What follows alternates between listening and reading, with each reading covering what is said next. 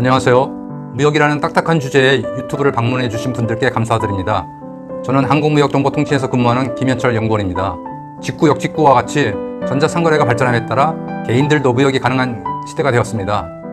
이런 시대의 흐름에 맞추어서 무역에 낯설은 일반인들도 간단하게 유튜브로 무역을 배울 수 있는 그러한 교육 기회를 저희 한국무역정보통신에서 마련하였습니다.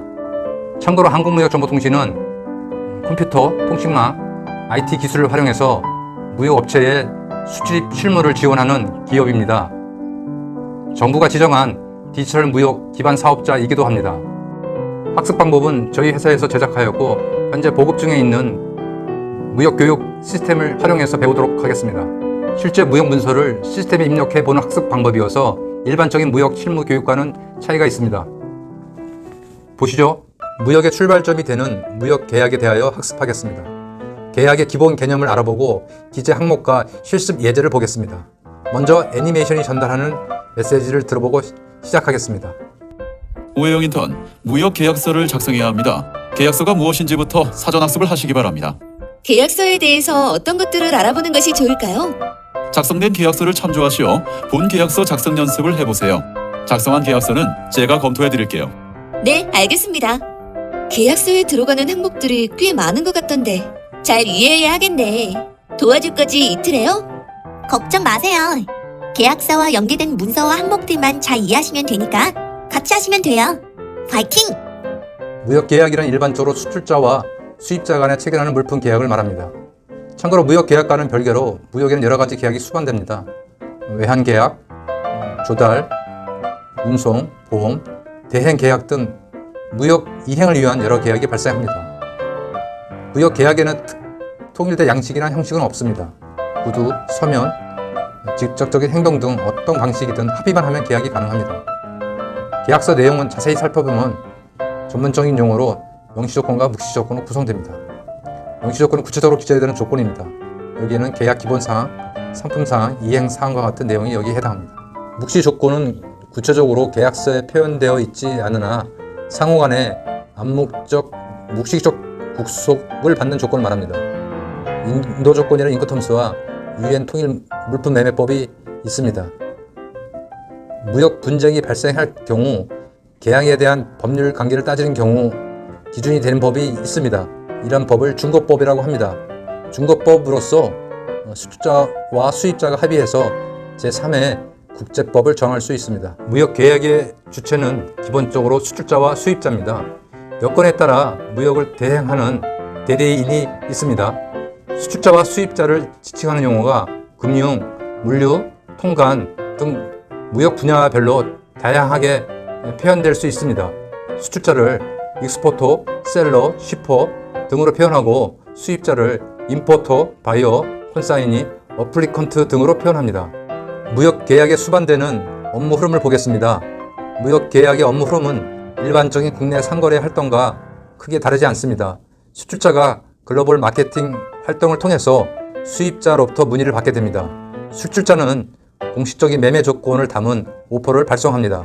수입자는 오퍼를 검토해서 협상에 들어갑니다.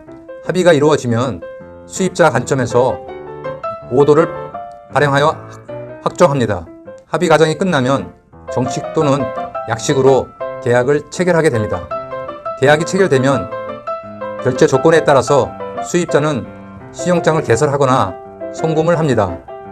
수출자는 신용장 통지를 받거나 송금 사실 여부를 확인한 후 물품을 준비하여 계약 조건대로 이행합니다. 이제부터는 실무에서 계약서를 등록하는 시스템 화면을 통해서 계약서 명시 조건에 해당하는 기재 항목에 대하여 알아보겠습니다. 계약서 구조는 서문, 본문, 서명으로 3단계 구분할 수 있습니다. 계약서 서문에 해당하는 헤더에는 계약을 성립시키는 기본사항을 기재합니다. 계약서 명칭, 계약 번호, 근거 번호, 계약 일자, 유효기일, 거래처가 이에 해당합니다. 실무 시스템에서는 계약서에는 기재되지 않지만 관리 목적상 영업 담당자라든가 거래 유형을 등록하여도 합니다. 계약서 본문에는 계약 내용의 핵심이 되는 이행 조건과 상품 조건을 구분해서 기재합니다. 이행 조건은 물품에 해당하는 선적 조건과 대금 지급에 해당하는 결제 조건으로 다시 나눌 수 있습니다. 수출자가 이행하는 선적 조건에는 선적 기일, 선적지, 도착지, 분할 선적 허용 여부, 원산지, 그리고 가격 조건 등을 중심으로 기재합니다. 수입자가 이행하는 결제 조건에는 결제 유형, 결제 금액, 결제 기간 등 대금 지급에 대하여 상세하게 기재합니다. 이외에 추가적으로 검사 조건, 포장 방법, 요청 서류, 보험 범위와 같은 이행 조건을 기재합니다. 상품 조건을 등록하는 화면입니다. 시스템 용어로 상품 조건을 라인 아이템이라고도 표현합니다. 품목사항에는 제품 코드, HS 부호, 품명과 규격, 단가와 수량 금액을 기재합니다. 시스템에서는 사전 등록된 코드화된 품목 정보를 선택해서 복잡한 규격 정보를 신속하게 입력할 수 있습니다. 이와 같이 해서 상품 조건이 등록되면 기본적인 계약서 작성 작업은 끝나게 됩니다.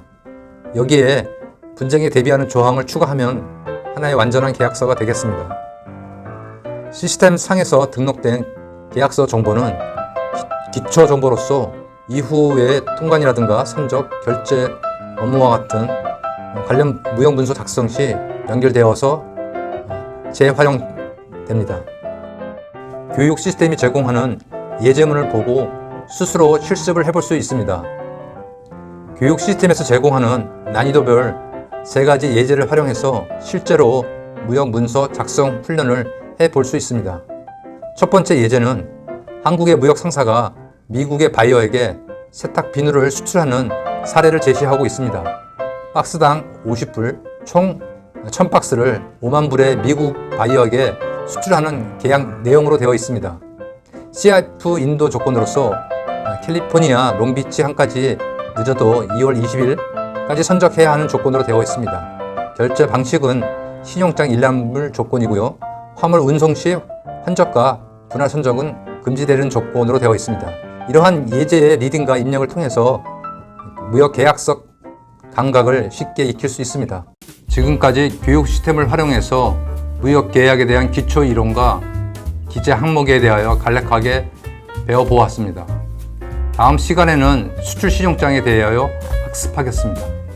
감사합니다.